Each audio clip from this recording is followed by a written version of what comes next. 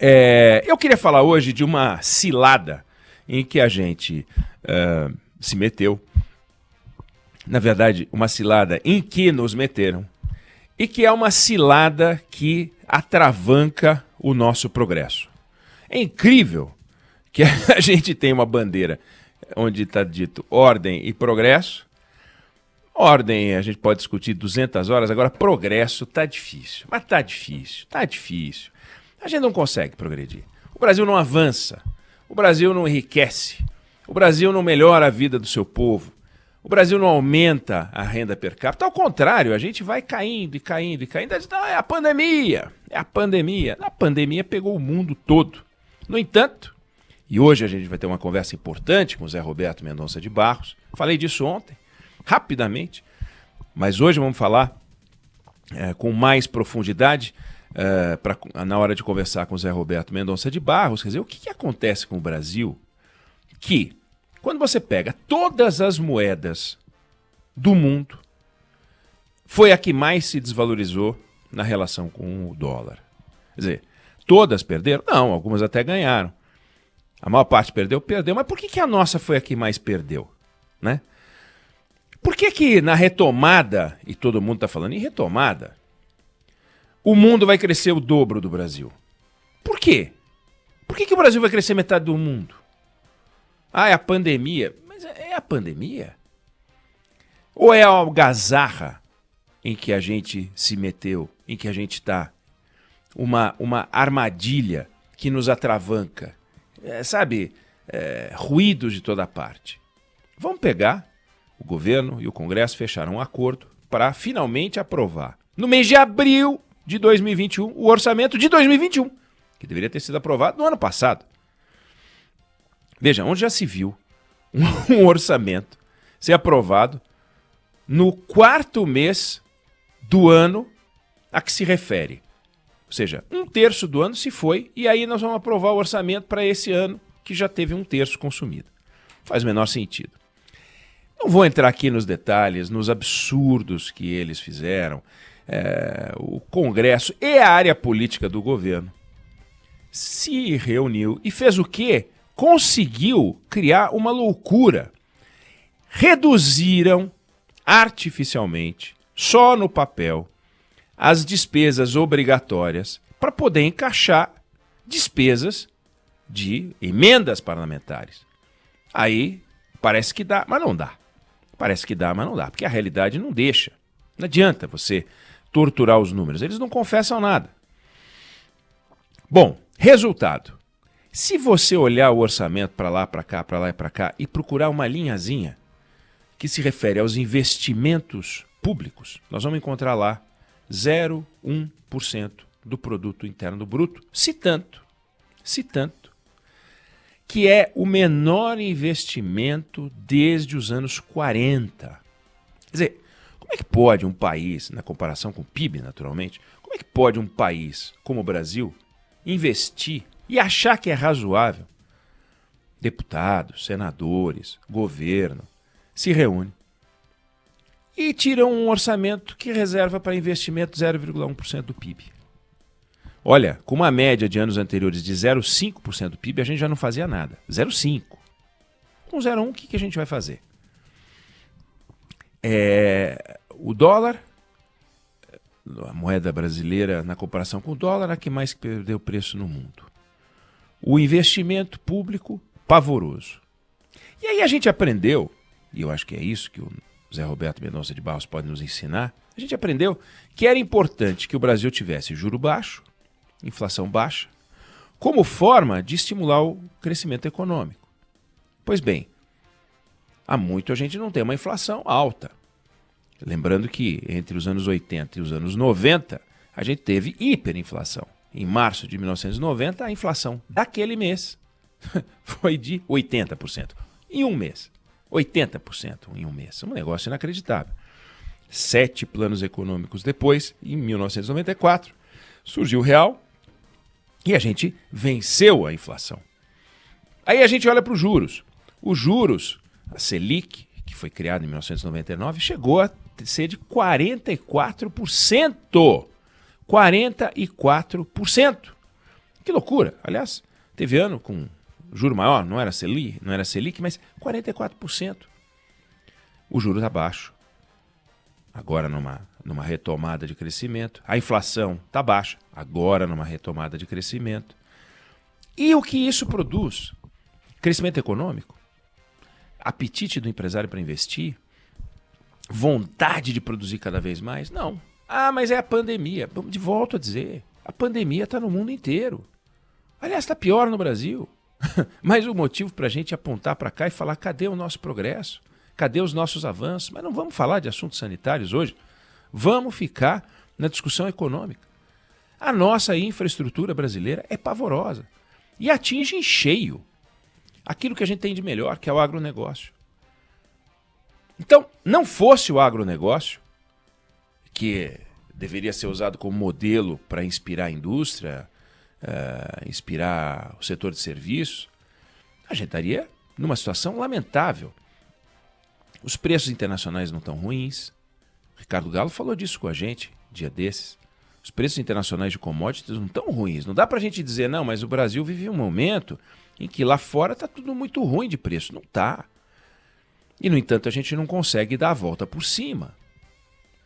Essa cilada é inacreditável. Não alcançamos o crescimento sustentável.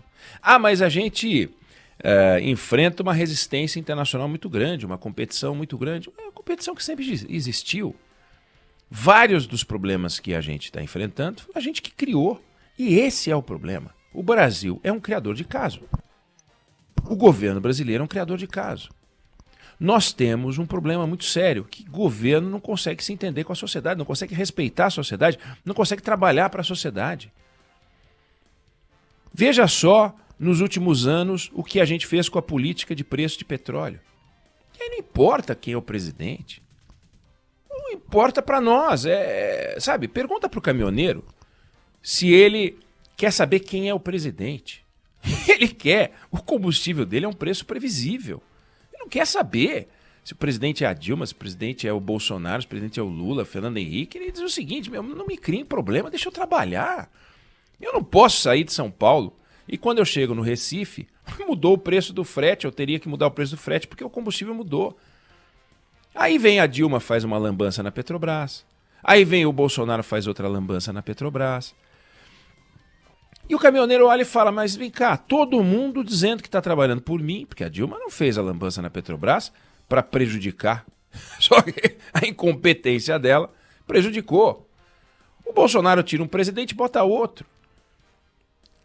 Tira um e bota o general. Aí tá lá, tomou posse agora, prometendo respeitar os preços, prometendo respeitar o caixa da empresa, etc. Vamos ver o que vai acontecer com a política de preço da Petrobras, mas é sempre um susto, e uma novidade, e uma angústia. O tempo inteiro é assim. Estou falando da Petrobras. Mas é aquilo, vai lá no Congresso, tem projeto de lei se mexendo lá para mexer na forma de cálculo de aluguel, intervindo no mercado, criando um problema num mega mercado que está funcionando. Aliás, bem ou mal, o mercado imobiliário ele é fundamental para a retomada, gerador de emprego, gerador de renda. Qual é o cuidado, qual é o carinho, qual é a atenção que o governo dá para isso? Para a microempresa, para a pequena empresa? Promessas e mais promessas e mais promessas, mas não faz nada. A gente vê o discurso do Paulo Guedes, parece que está surgindo um Brasil novo realmente, inovador, cheio de avanços, mas não tem. Então, é inacreditável. As famílias não conseguem programar sua vida, as empresas não conseguem programar sua vida, não dá para confiar, não dá para botar dinheiro, o investidor estrangeiro não confia.